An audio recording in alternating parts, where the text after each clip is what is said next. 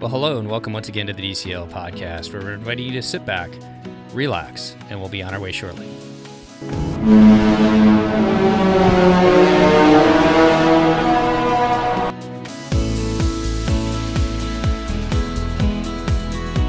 Well, welcome back to the DCL podcast, your podcast to help you and your family cruise a little smarter when the ships are sailing.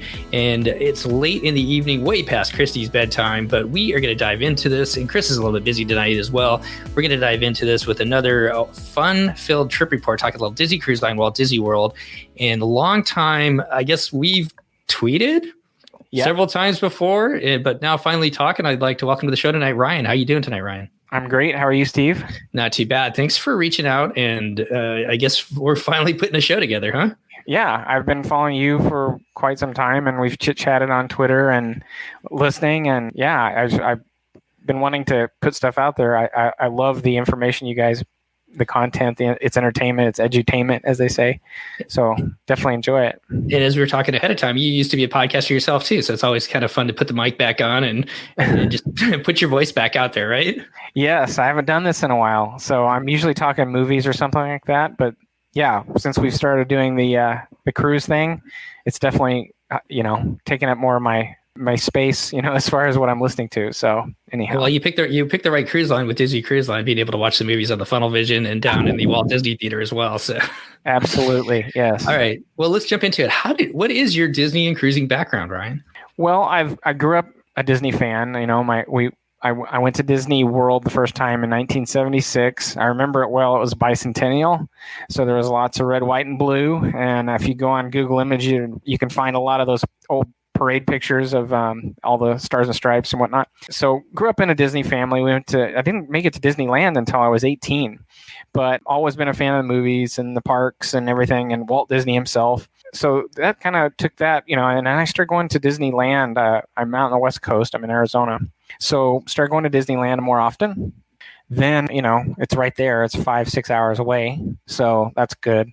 Yeah. And then my mother-in-law said she wanted to take us on a Disney cruise. And we're like, no, I really wasn't interested in cruising. I had done a cruise a long time ago, and it was a great time, but I just never got into it. And my wife was kicking and screaming, honestly. She did not want to go. Yeah. And the rest that was 2017, and we're 7 cruises into, Disney cruises under our belt now. So you're not looking back. So what was it about that first Disney cruise that kind of hooked you and your family? Pretty much it was the fantasy, and how it goes. They announce your name and you walk on board, and the chills just go crazy. And I'm getting them right now. It's just amazing, when you welcome aboard, it's nothing like I'd ever experienced before, and very personable and clean, and just a great family environment. And it's Disney, so you got every it's a relaxing vacation. And yeah, we were hooked, sold. I mean, we put the marker down, I think, day 2. So we're like, yeah, we're definitely doing this again. Well, you started out right with the fantasy. Was it a 7-day Eastern, Western? What would you guys do? So this was in 2017. It was supposed to be a 7-day Eastern. Uh-huh. And because of, I think it was Irma, and it might have been the other one. We ended up, maybe it was there was a bunch during that time, but we ended up doing a Western Caribbean, which I was fine with, because honestly, I wanted to see Jamaica. I wanted to see Grand Cayman, Cozumel. So I was fine. As long as we were going to be on the ship for 7 days, I'm fine. And we had a blast. Good weather, just amazing trip. And sad the day we got off, everybody has that saying, you just get that, I don't want to get off. So you know the feeling. So kind of remind everybody, how big is your family and who cruises with you, Ryan? Yeah. So me and my wife, and we have 2 boys, and they are 8 and 11. And so, like I said, we started cruising 3 years ago, and they're all about the kids club. And so 5 and 9, that's like kind of a perfect age to have them go down to the clubs, right? Absolutely. Yeah. The first, it's funny. The second cruise we went on, we got a census pass, and we were on the Wonder out of San Diego, and not 5 minutes into relaxing, as they say, we got the page, right? Grady would like to be picked up. We're like, oh no. But they take off and check themselves in, and it's their place. And so they absolutely love it. Yeah, the last 2 cruises we went on, our youngest was kind of going through the app, because we give him a phone that doesn't really work, but I mean, you can use it on the ship and everything like that, so that we can text him and whatnot or message him. But I remember just like sitting at dinner and he's like going through and he's like, oh, Super Sloppy Science, I got to go do that. So he just like, he would skip dessert to go back down there and have some fun. So it's great when it works out. Yeah, that's saying a lot too. Dessert skipping, especially, Mickey bars all you want, Exactly. You guys have done 8 cruises now, you said? No, we actually 7. Yeah. What are some of the cruises you've been on? Okay, so we're out here in Arizona, Phoenix area, and San Diego is a quick 5.5 hour drive. So we knew right away that our next cruise was going to be out of San Diego because no airfare. We're driving straight over. And we did a 2-night just to get on the boat. And that was I think it was in May of 2018. And then we had already booked, like I said, we did the marker while we were on the ship on the first time. And we ended up booking a 7-night Mexican Riviera for the fall of 2018. But we decided we got to get on the ship. So we get out there and do the 2-night. Way too quick. We've decided no more 2 nights.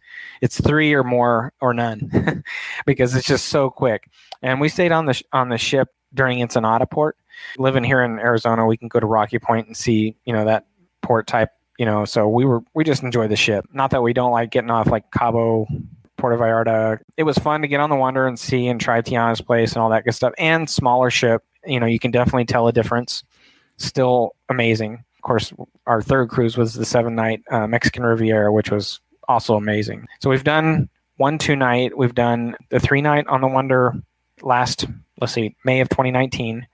And then we ended up doing a unique cruise. That was last fall, yeah. So that was an 8-night. And that was, we had to actually take the kids out of school for that one, but it was worth it because we got to go down to St. John's and where else was it? St. Kitts or whatever. And we were hooked. And I mean, that was just, we saw that itinerary. We're like, we're there.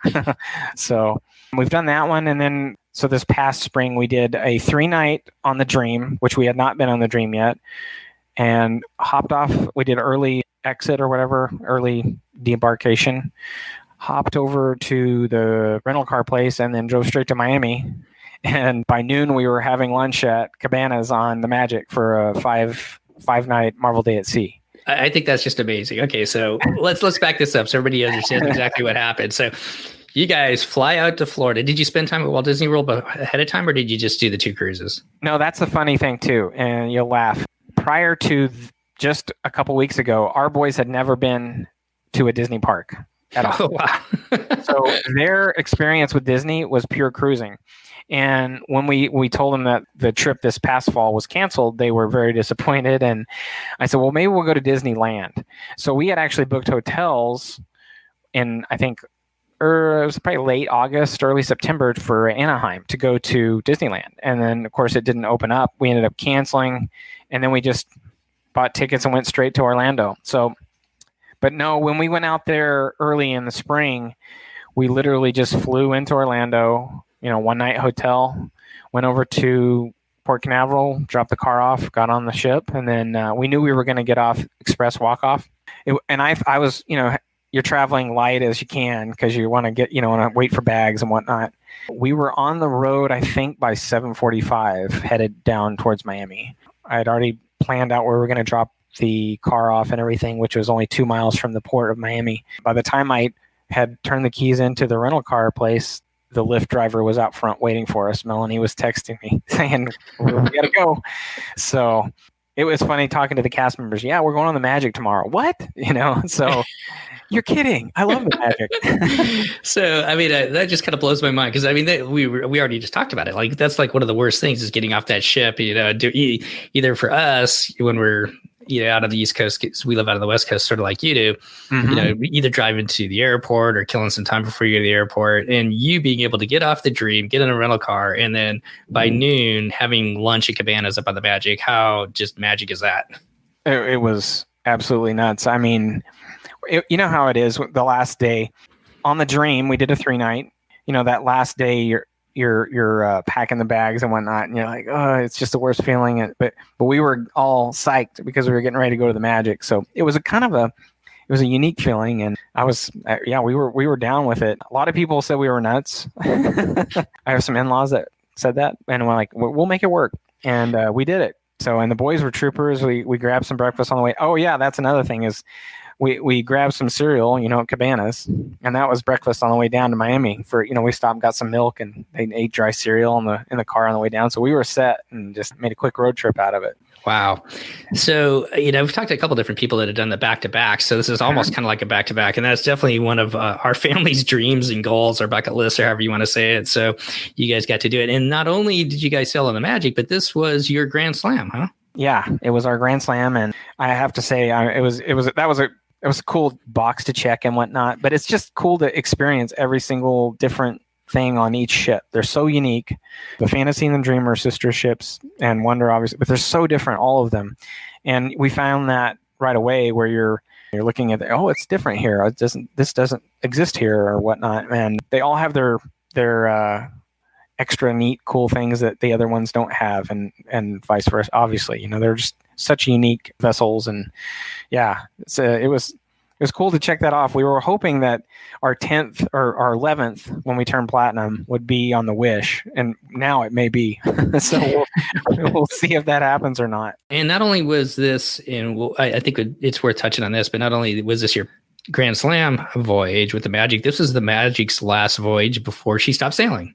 Yes, it was March 14th when we pulled into Miami, and we had known a couple of days prior, they had announced on the ship that Disney was ceasing operations, and of course nobody had any inkling that was going to last as long as it has. Like I said, we had the October booked for this out of San Diego. We're going to do a 5-night, and I thought for sure back in late March, early April, I'm like, we'll cruise in October, no problem, and here we are. It was surreal. Definitely some people, you could tell there was some uneasiness.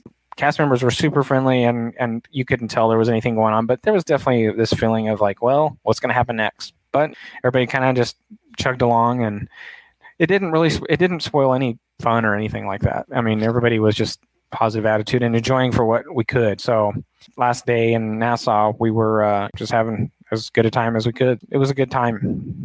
Yeah, I think Rachel and who was on the Dream and Sarah on the Wonder for their last sailings kind of said the same thing. I mean, it's kind of surreal thinking about, what the cast members were thinking about as far as, what's going to happen next to them and whatnot. But as they've said, and as you said too, everybody really kind of banded together and just made it a special voyage for you guys as well as you kind of finished out. How did they make an announcement over the loudspeaker, or how did they do that? Just out of curiosity.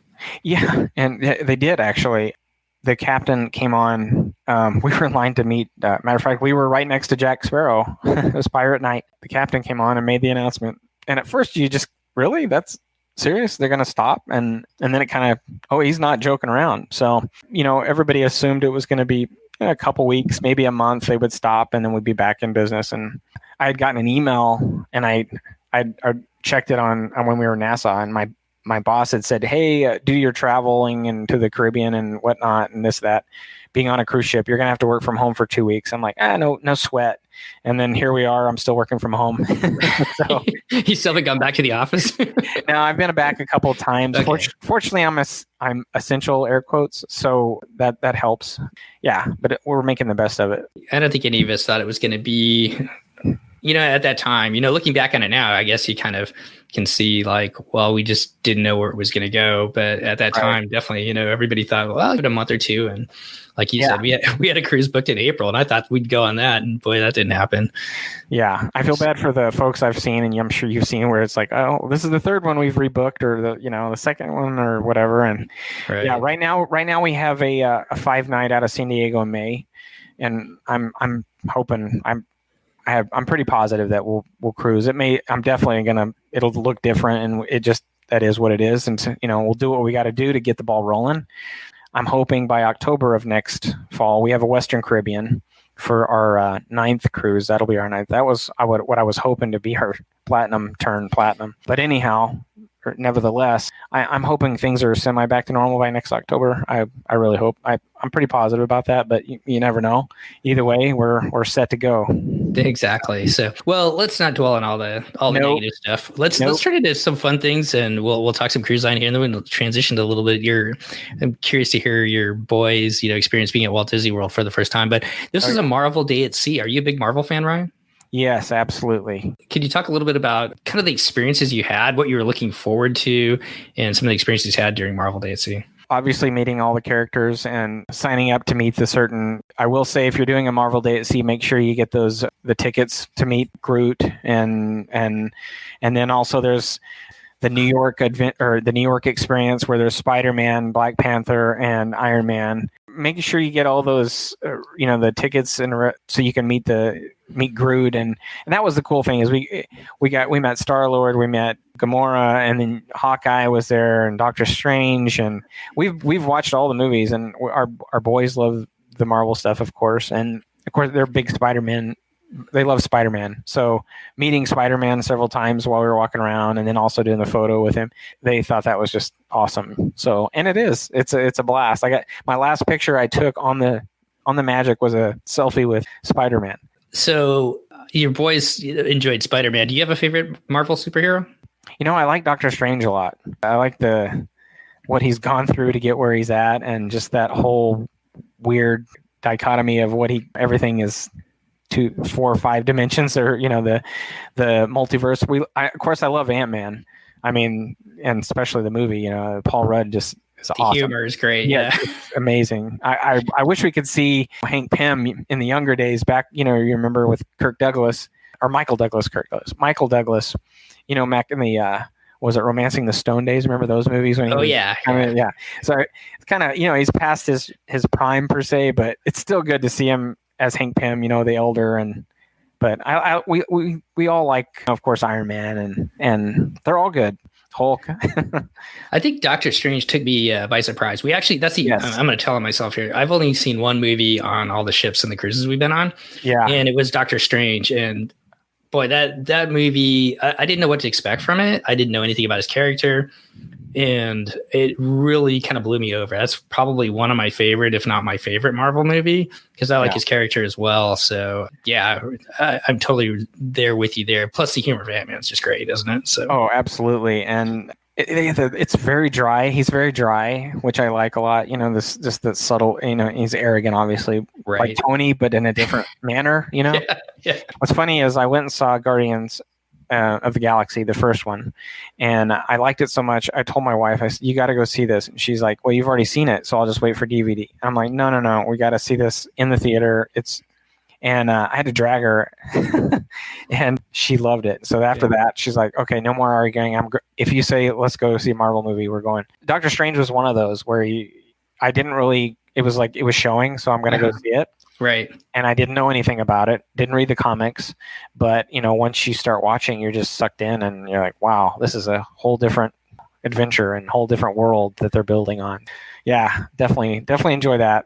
So this is going to be an odd question, but Chris has talked about being on a Star Wars Day at Sea, and he was kind of hoping that there'd be more, like if you're a diehard Star Wars fan, maybe there would be like some more presentations, like on a little higher level for those type of diehard fans. And it seemed like, from his experience, it was kind of more like, for people, if you didn't know much about Star Wars, they kind of explained that. As a big Marvel fan, did you feel that they had enough on board and things happening for a diehard Marvel fan to really make it a fun day?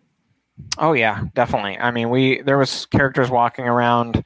One of us would go get in line, say, to meet Captain Marvel, because the lines. That's one thing about the Marvel Day at Sea is, if you're not used to Disney lines, and it was funny when we were in Disney World, we were talking to one of the cast members, and she's like, if you make a line, Disney will make it longer. And sure enough, it's one of those things where you have to commit. Captain America is going to be a long line. So one of us would get in line and then start the whole snake again and everything. And then one of us I would take the boys and we'd go scour around the atrium and, there's Hawkeye. So let's go talk to him, get a picture. There's Gamora and Star-Lord, and so we did that. There's Black Widow, but I definitely think there's a big I would like to see a couple more characters, but I think with time and maybe that'll happen. Like we didn't see Ant-Man, which I think it'd be cool to see Ant-Man, but it's kind of hard with a mask and whatnot. It's not like Iron Man, but yeah, definitely plenty of content and entertainment if you're a Marvel fan. Perfect. Yeah. And I've heard the deck show is it's got the most rave reviews, and we don't want to give away any of the spoilers to it, but I've heard the deck show in the evening is like probably one of the best things that Disney Cruise Line has going as far as their deck shows go.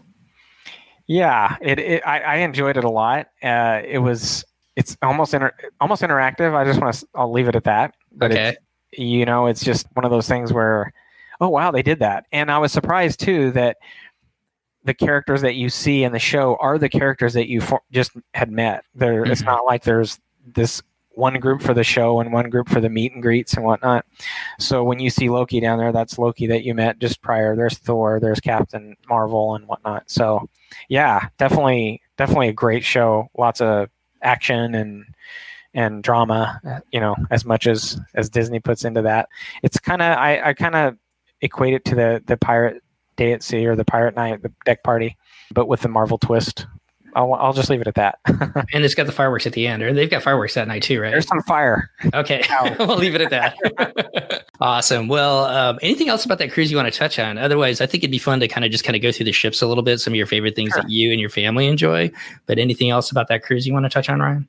No, it was just a fun time. Marvel Day at Sea cruising is a relaxing vacation in my book. It's just a great experience, but Marvel Day at Sea, it can get a little crazy if you're bound and determined to get all those autographs and meet those characters. You definitely want to get up early, and you definitely plan on hanging out and spending your day doing that, pursuing that. Otherwise, I mean, obviously you can go up to deck 10 and just hang or whatever you want to do. But yeah, it's a good time.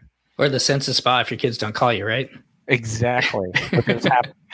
Yeah. All right. Well, let's kind of jump through some different questions. So you talked about that when you went on the Dream, we talked about this ahead of time. That was the first time you guys had a veranda. Before then, what did you cruise, or what type of cabins did you guys usually book? And you kind of think back on it. Does that make you want to go back to a veranda, or do you guys have a favorite type of cabin that you guys like to cruise with? Well, so the first cruise we did was the Fantasy 7-night, and that was the Western. It was on deck 8, and it had the big portal or the big port window, which you can sit in, which we loved. I mean, you're right there. You can hear the water if you listen good. I mean, depending on where how things are going, you can watch the fish jump out of the water and whatnot. We love the ocean view, the big portal. The next cruise we did was inside, no windows, just to get on the ship, and it was fine. The boys slept later because the sun wasn't, they couldn't see. It's dark in there anyway. But then after that, we ended up doing another ocean view, and then we discovered the secret portals, the windows where it's on the Wonder and the Magic. I think there's 4 or 5 on each ship or whatever on each side. And it's on deck 5. It's basically an ocean view room, but it books as a deluxe inside. And you guys have talked about this, right? I mean, yeah. So that's where we really enjoyed, because it's a little bit cheaper, but yet you still get that window view. But we find ourselves on outside all the time. We were on deck 4 hanging out. But then Disney Dream, I upgraded our room. We had an ocean view, and then I ended up switching it to the veranda, and we absolutely loved it. By then, that was our third time out of Port Canaveral, and we spent the deck party as we were sailing out of Port Canaveral on our veranda. We could hear the music and everything, but it was nice just as a family, we just sat there on our own veranda and waved to people at Fish Lips and everybody, and it was a good time. And then we went back to the Marvel 5-day. We ended up having a standard inside, which was fine. It was, we just wanted to get on the ship again. I think after our next long cruise for next October is we booked a veranda, and I think we'll enjoy it definitely for the 7 days. The 3 was quick, but it was still nice to experience that veranda. Yeah, depending upon how much you use it, depending upon what you like. I know our family's a little odd. We like getting cabins near the stairwell, and we generally tend to be near the back of the ship for some reason. So really? With those, because of that, there's a bunch of obstructed verandas back there that are quite a bit cheaper. So that's worked out for us. Unfortunately, some of them, if you're sitting down on the chair, you can't see, but you've got to stand up to be able to see out. But I don't know. Yeah. We spend time on the veranda, but maybe not as much as we should. Yeah, we almost every cruise we've been forward in the forward section. We had one in the mid. The Dream was a mid, forward of the mid, so it was all the way forward, and it was almost like you're at the tail end of the forward. I believe it was on the starboard side. It was fine. I mean, we enjoyed it too. We haven't been in the aft yet.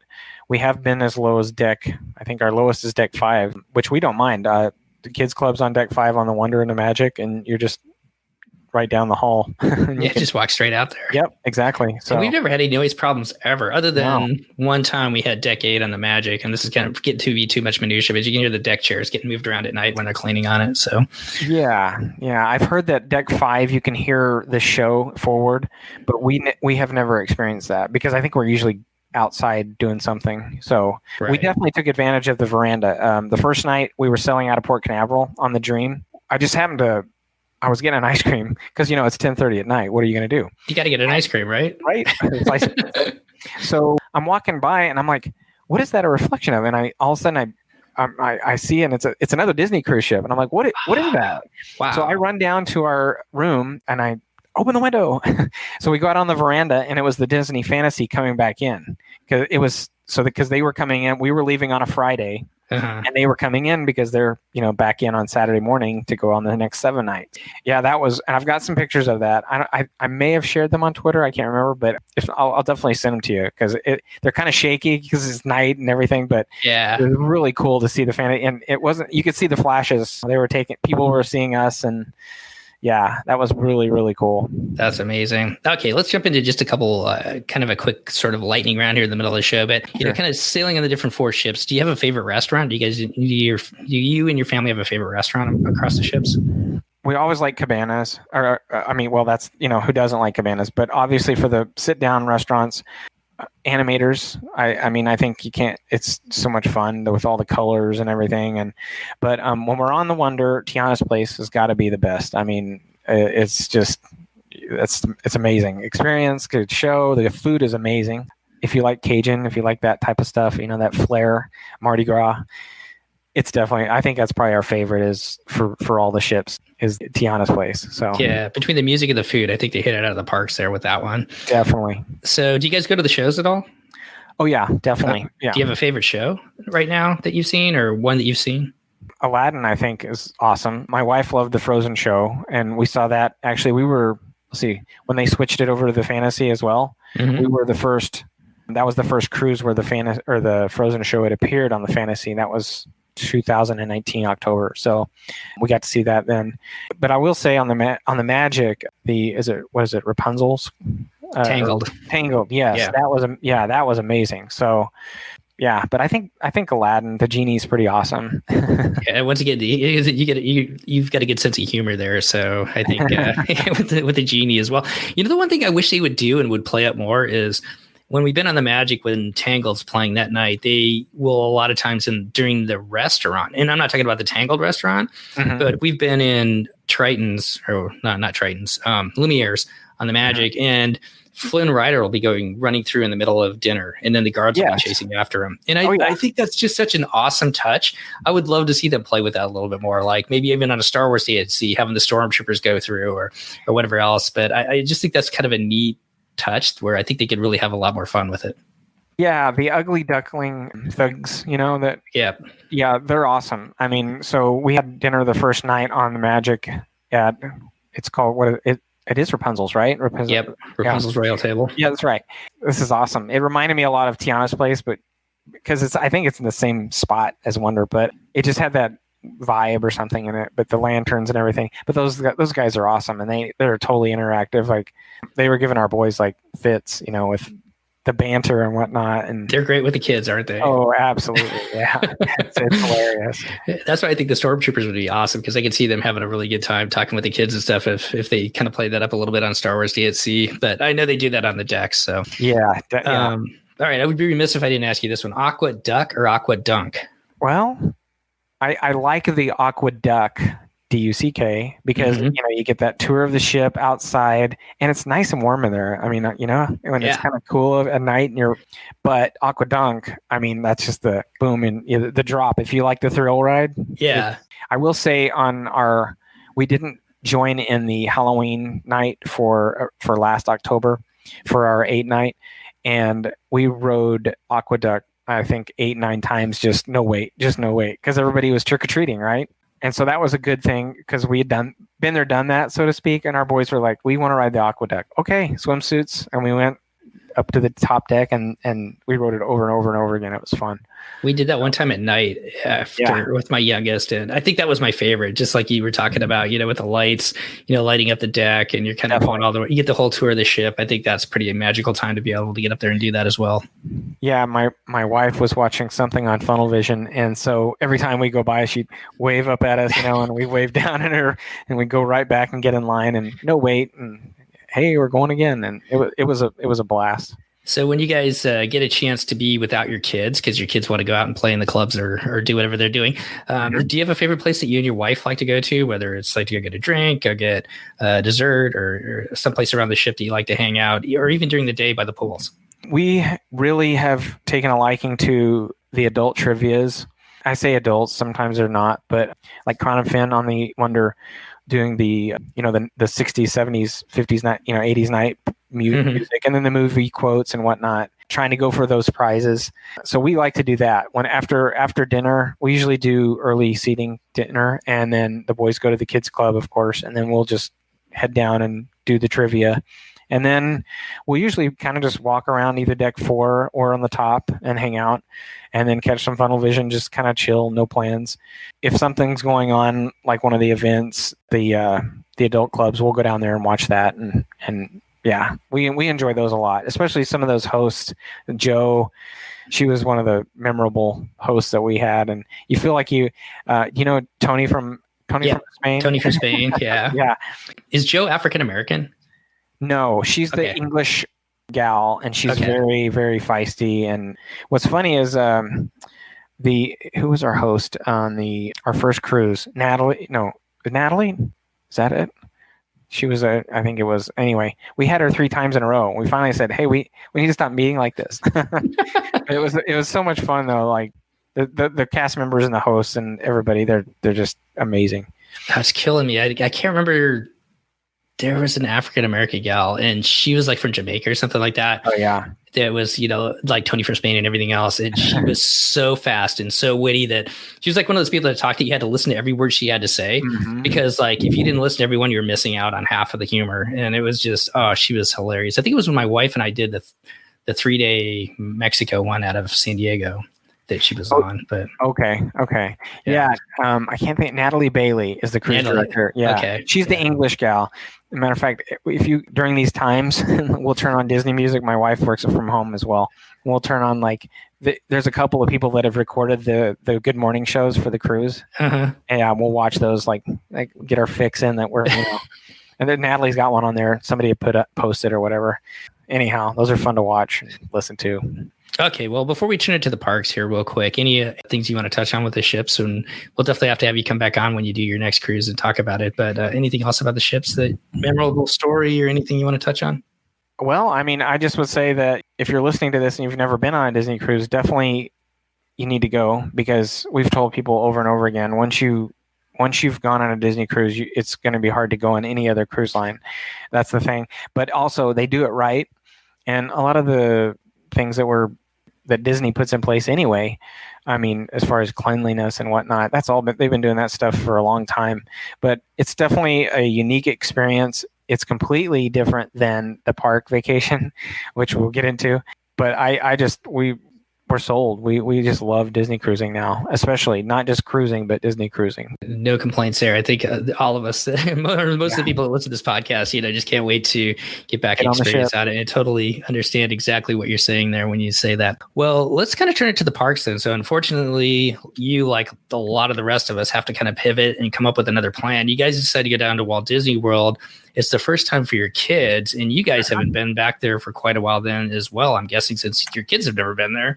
No, in fact, how did you plan for it? Because it's completely different probably than you went before. Well, it was something new, because I mean, honestly, when we went on the first Disney cruise, my mother-in-law had said, "Hey, we want to take you on a Disney cruise," and so we started doing research as much as we could. Same thing with Disney World. We watch a lot of the videos online, the YouTube videos. There's some good information out there, what tips and whatnot. So we just prepped ourselves like we would a Disney cruise, and we knew that we were going to be newbies at this. The last time I had been at Disney World, they were just building Epcot, and the ball was, Spaceship Earth was just there. So anyway, we just knew we were going to take it with you know, it was going to be a new experience, and that our boys were going to be. They were all obviously excited to go, but they knew it was going to be a different type of experience, and it definitely is. We decided early. I think it was. We saw the writing on the wall there that Disneyland wasn't going to open up, so we started looking at tickets. Ended up finding a really good deal. Booked the tickets. My wife has family that lives in St. Cloud, so we stayed with them for 3 days. We bookended it so we could visit them as well. But we ended up staying at Pop Century for 4 nights. 3 nights? 4 nights. Yeah. 4 nights. And it was a blast. We had a great time. Definitely a different type of vacation though. So did you have plans to go to the parks all 4 days then? Or did you go to all 4 parks, or how did you guys do that? So we knew we were going to do Magic Kingdom on Monday of the week. I think the capacity of the park at the time was now what it is. The 25% is what they are right now. Still, it was, to me, I hadn't been to the park in a long while, so it seemed like very crowded to me. But it was definitely, there's plenty of room. But then you look at history of the wait times and whatnot. I mean, we rode stuff that would normally be an hour and a half. We rode it in 40 minutes, 30 minutes. So we planned on Magic Kingdom, then we were going to do Disney Hollywood Studios the second day, and then we were decided we couldn't decide because we know, you know, with the new park pass, or the you have to book the pass to, you know, make sure you can't just walk up and go in the day Right, of. you have to have a reservation. Right. Yeah. The park reservation system, we weren't sure if we were going to go to Magic Kingdom again or Animal Kingdom, and we want to go to Epcot, but I just didn't think it was going to be enough fun for the boys. I'm sure they would, but we wanted to hit the other 3. Well, long story short, Magic Kingdom on Monday, we did almost everything and rode a couple of rides twice, and then we decided we may not be out here at a time where the crowds are going to be so low, so let's see Animal Kingdom on Wednesday. So we did Animal Kingdom on Wednesday, and was no regrets. It was the best. I was kind of not as interested because I just didn't know what to expect, and absolutely loved it. We all enjoyed it, so that was a good time. Yeah, so. I think Animal Kingdom's our family's favorite park, to be honest, out there. I understand that. my kids love the animals. I love the theming of the different lands, and you know, with Everest, they get a thrill ride. Dinosaur's not as good as Indiana Jones, but it's still pretty fun. And then with the new Avatar land too. Plus, I mean, we love just going on the safari, to be completely honest too. Yeah. I'll tell you. So we had taken the bus to the Magic Kingdom on that Monday, and there was a huge line outside Pop Century to get on. I mean, it went pretty quick, and they had the buses rolling constantly. And then I started talking to the concierge at Disney or Pop Century, and they said, you know, you can just park for free. You're staying in the park. You can park for free. You got to park in general. And we did that. We did that both times for Disney Hollywood Studios and Animal Kingdom. But Animal Kingdom, we went straight to Flight of Passage right away, and I think we were on in 30 minutes. Which, wow. Because I had a friend I work with, and he, like a year and a half ago, he was telling me they stayed at the lodge there in Animal Kingdom, and he said that the wait time for Flight of Passage was like 4 hours or something like that. And I was like, are you kidding me? Or that's just like half your day. But, you know, it's one of those things where it's park pass or what do you call it? Fast pass. Fast pass, right? See, I'm a cruiser. I don't know the term. So fast pass, and then you ride it, and that was your ride for that day or whatever for that. Right. But we ended up riding Flight of Passage twice, and the second time was another 30-minute walk-on. So it was awesome. Weather was great also, so that was nice. You know, I'm going to totally go off on a tangent here, but man, as difficult as these times are right now, it definitely sounds like there's been some seriously unique experiences to be able to be down in the parks right now, being able to get on, even though you're having to wear masks and whatnot, being able to ride as many rides as you can and everything else. It's just most people are coming back. I mean, everybody I've heard has come back with a positive experience from it, I guess. Wearing the mask, for instance. I mean, when we went out there was one day, it was in the 90s. And the humidity is, you know what it is. It gets better in late October, or whatever, or early October in general. But then there's those days where it is definitely muggy, and it was fine. I mean, we just rolled with it. Nobody likes wearing them. I mean, but if you want to do it, if you want to enjoy the park, and that's the thing. A lot of people say, "Oh, I don't want to enjoy the park right now because I have to wear a mask." I mean, you'll still enjoy the park, and it's just we said to ourselves, we're cruisers, Disney cruisers.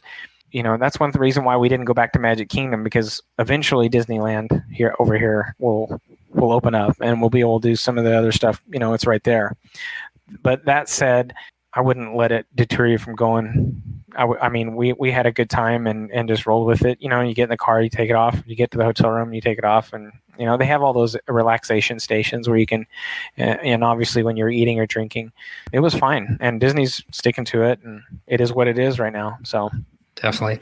So Hollywood Studios, had you been to Star Wars Land at Disneyland when it had opened? And were you able to get on Rise of the Resistance? Yes. And in fact, watching a YouTube channel, that one of the tips that they put on there, we did that in the same spot. We sat there and my wife had her app open and we were sitting there counting down to 10 o'clock and then hit join the queue. And we got boarding group 4 or 5, I think it was. Wow. The people behind us started screaming. They had gotten group 2, so they were laughing and are like, "Are you guys? Well, we're following you," because we had no idea.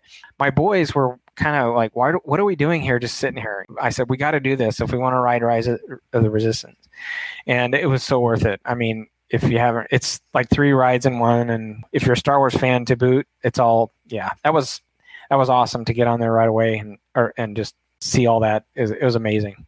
We got on it in Disneyland last January when we went. And I just remember that moment where it was like, it's kind of that countdown and the whole park just got quiet. Yes. Everybody's just waiting to press the button, join the queue. Yes. Oh yeah. And there was definitely like several groups around us. And it was kind of like, we know what you're doing. And I finally went over and talked to somebody. It was like 20 till 10. Our boys were like, "Can we go ride something?" And I said, "Well, it's not technically open. Well, you just got to wait a minute." And they were like, "Okay." We were hanging out near Indiana Jones, where the theater is there. Mm-hmm. And I took Wi-Fi off and used just the network. And that worked perfect. Actually, my wife, she's the one that did the join the queue. I had the time.is and just set their countdown, and it worked fine. So we rode that, and then the longest wait I think we had that day was Mickey and Minnie's Runaway Railway, and that was but still it was 45 minutes long. I mean, it said wait time an hour, right? But it goes quick, and the lines look longer obviously because they're spread out 6 feet apart. So we've got them spread all the way out, but it seems to be fine with it. So it is what it is. Are you a Guardians fan at California Adventure? Yeah, I'm a Guardians fan, but we have yet to go to. I have not been to California Adventure. So that's something on our to-do list now, especially now we're not starting to become park people. Right. I tell my wife, yeah, and there's the park people and the cruise people. I find that there's people that absolutely love Disney cruising, and then I've met people that are friends that are huge Disney fans, love the park, and they're like, "Oh, I don't want to do a cruise." They have no interest in the cruising. Mm-hmm. And I said, "Oh, the cruising is amazing. You got to try it." "No, I'll just do my park thing." I'm like, "Okay, well, I mean, it is what it is." That people think that, I don't know, you're missing out. It's definitely, the park's something else. Obviously, that's where it started. It started with the movies, in my opinion, the cartoons. But yeah, I definitely want to get to that, because we rode Tower of Terror at Disney World, or the Hollywood Studios. It was something else. I didn't know what to expect. I knew there was a drop involved. And so my boys, they're like latched onto me on both sides. I said, "I don't know really what's going to happen. I know we dropped, so just be prepared." So I don't want to spoil Guardians at all. Obviously it's kind of the same ride mechanism, but oh my gosh, that is an amazing ride. You guys just do it. When you go to Disney California Adventure, make sure you get on that, and you'll go on it several times. I trust me on that. I believe you, and we're huge Cars fans too, especially with 2 boys. So it's like we got to go see Cars Land. So yeah, definitely want to get out there. We're looking for now. I'm checking every day. Like, come on, let's open up Disneyland. Let's get this thing going. Yeah, unfortunately, I think we got a ways to wait on that one. Unfortunately, maybe in the spring. Right. So did you guys make it to Epcot at all? Did you go? So our 4th day, while we were staying there, we ended up just lodge hopping. So we went to Disney Springs for a couple hours, had lunch, and then we went over to the Transportation and Ticketing Center, got on the monorail, and first stop was the Grand Floridian, and we just got off there and walked around and looked at it, took in the smells. It's amazing. I mean, every lodge has its own unique sense. It's just amazing. Then we went from there to the Contemporary, got off there and walked around. And then we ended up going back over to the Polynesian. After we got done with that, we drove over to the, what's it called, the Wilderness Lodge? Yep. And checked that out. It was amazing. Then we went back to Pop Century, hopped on the Skyliner, and we did ride it all the way to Epcot and got off right there where the bridge goes to Boardwalk. And we just walked around, and I think they're working on the Remy ride now, and there's the Guardians ride. So we've definitely got something like that's going to be something we do when that opens. And I told my wife I want to ride the Tron Cycle, so we're going to definitely do Magic Kingdom again, Disney World, and then got to do Epcot for Remy and Guardians. Those are on our to-do list now. Yeah, I think, and I will throw this out there. My kids, when we went the first time we took them, so it was 2 years ago, I guess, to Epcot, first time they've been to Walt Disney World, they actually really enjoyed the World Showcase. And I've heard that from several people, because I think a lot of people are kind of hesitant, like, oh, it doesn't have any really rides, and although they got Remy now coming and they've got the Frozen ride, which I haven't been on, but my kids enjoyed it. They really enjoyed going to the different countries and kind of just wandering about. So anyways, I just throw that out there. You might be surprised. Yeah, I've been told that, and we showed them videos of everything just to kind of say, look at this, look what this has, and then look at Animal Kingdom. But honestly, that Flight of Passage sold them, I guess. And then the Expedition Everest, we rode that 2 times in a row. I mean, we were walk-ons. Well, the first time was about a 20-minute wait. Second one, literally, we're walking all the way through the ride. I mean, there was steady flow of people. They love the Yeti, right? They love encountering the Yeti and whatnot. But I think you're right. I think, next time for sure they'll be a little bit older. I don't know. I think they'll enjoy it. And I wasn't saying that you did it wrong or anything like that. I think you guys did it perfectly. I guess I was surprised that my kids enjoyed it as much as they did. So yeah, we're definitely going to see Epcot someday. So any other experiences that you guys had? I mean, Walt Disney World is just so big compared to Disneyland, but it's very overwhelming. It is. Any other experiences, either through dining, on the different rides, the different parks that we didn't touch on? So we had planned out a few meals. We went to Olivia's at Old Key West Resort. Really good fried chicken. It was really tasty. We made reservations at the Disney Hollywood Studios at the Prime Cafe, and we had milkshakes. He's like, that's all you want? I'm like, yeah, milkshakes. 2 milkshakes. We wanted the peanut butter and jelly milkshake. We split that, and the boys got a strawberry. It was delicious. The Night Blossom at Animal Kingdom, they're tasty. I mean, there's just, but overwhelming as a whole. I mean, the whole resort area is larger than, or about as, I think it's just slightly larger than San Francisco, the city of San Francisco. So if you've ever been to Disneyland and never been to Disney World, I think they once bragged that they could fit Disneyland in the parking lot at Disney World. And it really feels that way. And we were driving around, and I was just like, wow, this is just overwhelming. And I mean, if you've never cruised before, I will say if you're going to do both in the same time span as a vacation, you definitely want to park first and then cruise last, because it's a total cruising. You just feel yourself shifting into that relaxation gear, and you just want to sit in a lounge chair and just chill. Whereas in the park, you're standing in line, waiting and standing in line and walking and going. But both unique experiences, both fun. Well, as we kind of finish up tonight, Ryan, then I want to pivot back to the cruise line. And do you have any advice for people, since you guys have been on so many different cruises, like new cruisers, any advice you would give out to them, or any things that we haven't talked about? Try not to do everything. You'll get yourself overwhelmed. I mean, find a few things that you want to do. We definitely want to try this. We definitely want to do this. It's good to do research. I mean, those books that are, or the, you can get them on tips on YouTube, or even like this podcast, listen to them. And we learned a lot just by, we're going to do that. Don't do this. I would say definitely do some research, but also set yourself up for, don't try to overwhelm yourself, because you can do it. There's a lot of stuff on the agendas. When you look at that schedule, it's just like, wow, there's a lot of stuff to do. You don't have to do it all. And matter of fact, when on our first cruise, we were like, we're going to watch this movie this night, and then we're going to watch this. We never watched any movie. We ended up just doing stuff. So kind of just take it easy and enjoy yourselves. Yeah, I think that's well said. I think some of our favorite moments are times when we're just not doing anything, to be completely honest. Yes. After dinner, sometimes the kids take off and do their own thing. And my wife and I, a lot of times, will just go up to the Cove Cafe, get a cup of coffee, and sit out there and talk and just watch the sea go by and enjoy the stars. So, yeah, definitely. Deck 4 at night, when there's hardly you feel like you're the only one on the ship sometimes. And it's just so relaxing watching, listening to the ocean, and especially when you got moon out, and it's gorgeous. Okay, so I guess one last question for you. If you could cruise anywhere in the world, where would you want to see Disney Cruise Line go to that they don't already go to, or where would you like to see them go to?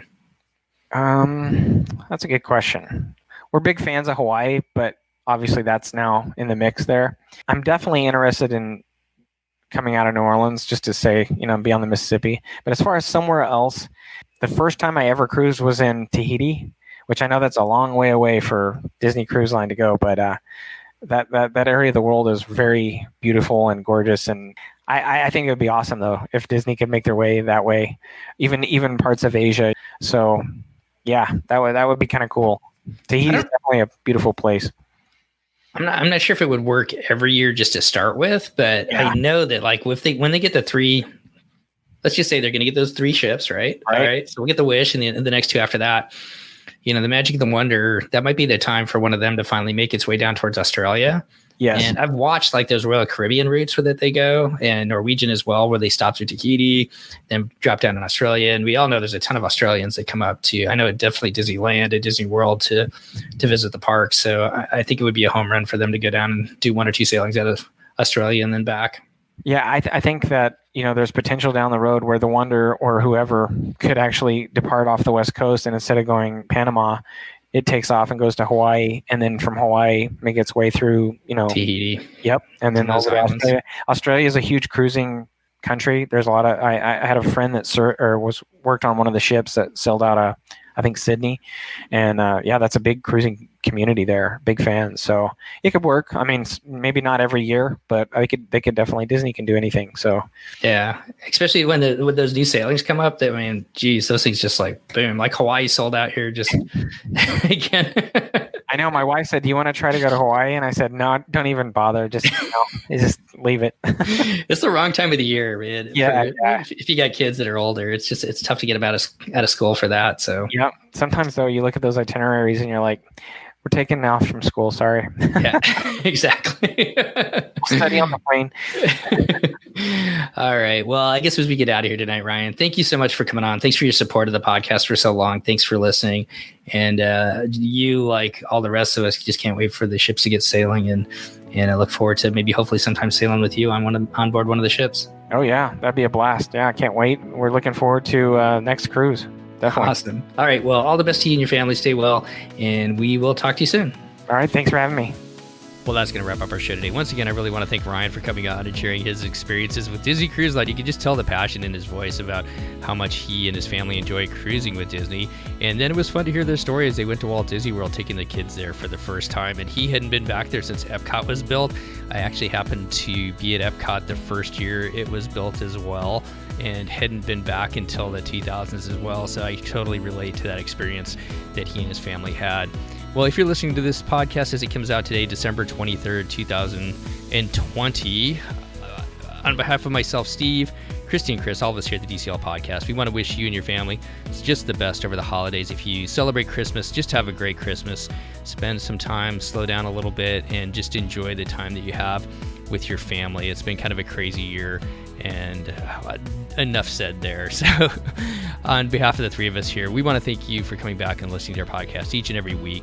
And it really means a lot to us, all the support that all of our listeners have given us over this past year. And we've got a special podcast we're going to come out with right before the end of the year, which we'll talk a little bit more about moving into 2021.